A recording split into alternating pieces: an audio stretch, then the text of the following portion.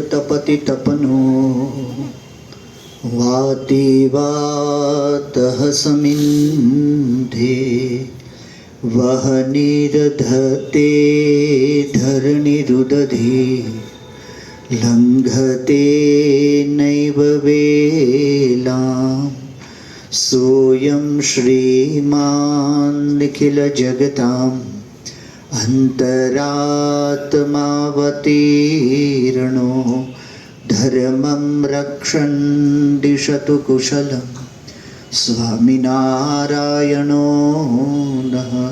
श्री स्वामिनारायण भगवान की जय। अक्षर पुरुषोत्तम महाराज की जय। श्री राधा कृष्ण भगवान की जय। सियावर रामचंद्र भगवान की जय। श्री उमापति शंकर भगवान की जय। आद्य शक्ति जगदम्बे माता की जय। प्रमुख स्वामी जी महाराज की जय। महंत स्वामी जी महाराज की जय। सूरत अक्षरधाम महोत्सव की जय। कार्यकर सुवर्ण महोत्सव की जय। इस परम पवित्र विद्या परिसर में भारतीय पब्लिक स्कूल के इस विद्या प्रांगण में त्रिदिवसीय श्रीमद् भागवत कथा रस का लाभ हम प्राप्त कर रहे हैं। तो इस कथा का अमृत पान कराने वाले व्यासासन पर विराजमान हमारे पूज्य श्रद्धेय त्यागनिष्ठ स्वामी जी, उनका हम हृदयपूर्वक आभार व्यक्त करते हैं। एक युवाचार्य, युवान संत, वो हमें भागवत के मर्म को उसके सही संदर्भ में समझा रहे हैं। श्री वेद व्यास जी ने ये सुंदर ग्रंथ की रचना की है।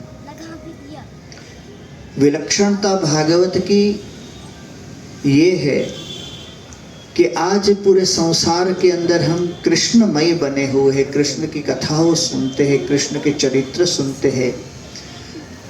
परमात्मा कृष्ण हमारे आराध्य उपास्य देव बने हैं। वो प्रातः स्मरणीय बने हैं। उनकी लीलाओं की अनेकों कथाओं हम सुनते हैं, कहते हैं, गाते हैं। श्रीमद् भगवत गीता के उपदेशों का स्मरण करते हैं। परंतु यदि जो श्री वेद व्यास जी नहीं होते तो आज हमारे पास कृष्ण होते नहीं। व्यास जी जो नहीं होते तो हम आज कृष्ण के ऐसे अलौकिक दिव्य चरित्र और उनका ज्ञानोपदेश वो प्राप्त नहीं कर सकते। और यदि हमारे पास कृष्ण के चरित्र नहीं होते, राम के चरित्र नहीं होते, परब्रह्म पुरुषोत्तम भगवान स्वामी नारायण जी के चरित्र नहीं होते तो हमारा चरित्र कैसा होता? ये बहुत ही चिंतन करने योग्य है। इसलिए श्री वेद व्यास जी का बहुत बड़ा उपकार है। महर्षि श्री वाल्मीकि जी का बहुत बड़ा उपकार है। भगवान स्वामी नारायण जी के श्रेष्ठ परमहंसों का बहुत बड़ा उपकार है कि उनके दिव्य चरित्र को उस समय में उन्होंने लिखे, शास्त्र श्रम उठाया, चिंतन पूर्वक उस ग्रंथ को वर्षों तक संभाला और आज 5000 वर्ष के बाद भी सांप्रत काल में इतने आक्रमणों, आतताइयों के भारतवर्ष पर हुए, परंतु उसके बीच में 1200 वर्ष की गुलामी के बावजूद भी आज हम उसी रूप में श्रीमद् भागवत की कथा सुनने के लिए आज यहाँ पर एकत्र हुए हैं। तो ये पूरा श्रेय हमारी संत परंपरा को जाता है कि उन्होंने ये मूल्यों को और ये ग्रंथों को संभाल कर रखा और उनकी मधुर कथा आज हमें 5000 वर्ष के बाद भी सुनने मिलती है और उतनी ही प्रासंगिक कथा है जो सांप्रत काल में उतनी ही आवश्यक है और उतनी ही जरूरत है। महाभारत एक विशिष्ट विलक्षण इतिहास ग्रंथ है। श्रीमद् भागवत वो अंतिम पुराण है व्यास जी का। एक ही लेखक, एक ही ग्रंथकार, उनकी दो अलग अलग रचनाओं भागवत और महाभारत, और इन दोनों ग्रंथों में कृष्ण के अद्भुत अलौकिक विशिष्ट विलक्षण दर्शन। भागवत का कृष्ण वो गाय, गोपालक और ग्वालों के बीच आवृत ऐसा गोपाल कृष्ण है, और महाभारत का कृष्ण वो गज और अश्वरथी अतिरथी महारथियों से आवृत पार्थ सारथी कृष्ण है। भागवत के कृष्ण के हाथ में बांसुरी है, और उस बांसुरी के मधुर निनाद से सारी ब्रज भूमि को आकर्षित और आह्लादित करता हुआ श्रीमद् भागवत का कृष्ण है। और महाभारत के कृष्ण के हाथ में पांचजन्य शंख है, और उस शंख नाद से समूची कौरव सेना को विदीर्ण और भयभीत करता हुआ वो ऋषिकेश कृष्ण है। श्रीमद् भागवत का कृष्ण रासेश्वर कृष्ण है, तो महाभारत का कृष्ण योगेश्वर कृष्ण है। भागवत का कृष्ण 18 बार रण छोड़कर भागता है, और जरासंध को मोह उत्पन्न करा के शत्रुओं की सेना को संपूर्ण नाश करने का एक अलग युक्ति और आयोजन करता हुआ रण छोड़कर भागता हुआ रण छोड़ राय कृष्ण वो भागवत का कृष्ण है। और महाभारत का कृष्ण रण छोड़कर भागने निकले हुए अर्जुन को पकड़कर, उसको उठाकर, उसके हाथ में गांडीव थमाकर महाभारत के भीषण संग्राम में, युद्ध के उस महासमर में उसको जोड़ता हुआ वो कृष्ण है।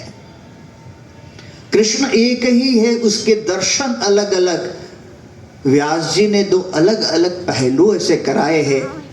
ये दोनों कृष्ण को जब एक साथ इकट्ठा कर दिया जाए तो चतुर्भुज कृष्ण प्रकट होते हैं, जिसके एक हाथ में बांसुरी है तो एक हाथ में शंख है, एक हाथ में सुदर्शन चक्र है तो एक हाथ में महावन का कोमल कमल है।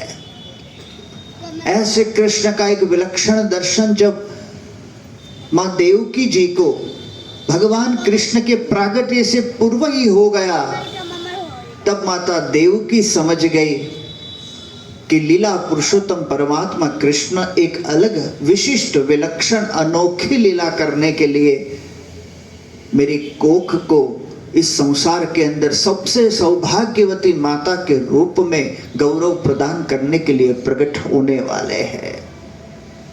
ऐसे कृष्ण के अलौकिक दर्शन भागवत की कथा के माध्यम से हम पिछले 3 दिनों से कर रहे हैं, और उसमें एक अलौकिक बोध श्रीमद् भागवत का है, और वो बोध एक ही है कि सारे चरित्र समझने के बाद, सुनने के बाद जीवन में आत्मसात करने का प्रयास करना और उसमें परमात्मा का आश्रय ग्रहण करना। अत्र सर्ग विसर्गस्य स्थान पोषण मुदयः मन्वंतरेशानु कथा मुक्ति निरोधराश्रय। भागवत का मुख्य प्रतिपाद्य विषय है आश्रय, शरणागति। भगवान की शरण में जाना मतलब धर्म की शरण में जाना, भगवान की शरण में जाना मतलब परंपरा की शरण में जाना, भगवान की शरण में जाना मतलब अध्यात्म से जुड़ना। ये भागवत का सार है। सर्ग की कथा है, उपसर्ग की कथा है, स्थान किसको कहते हैं, मुक्ति किसको कहते हैं, पोषण और ऊती क्या है उसकी चर्चा है।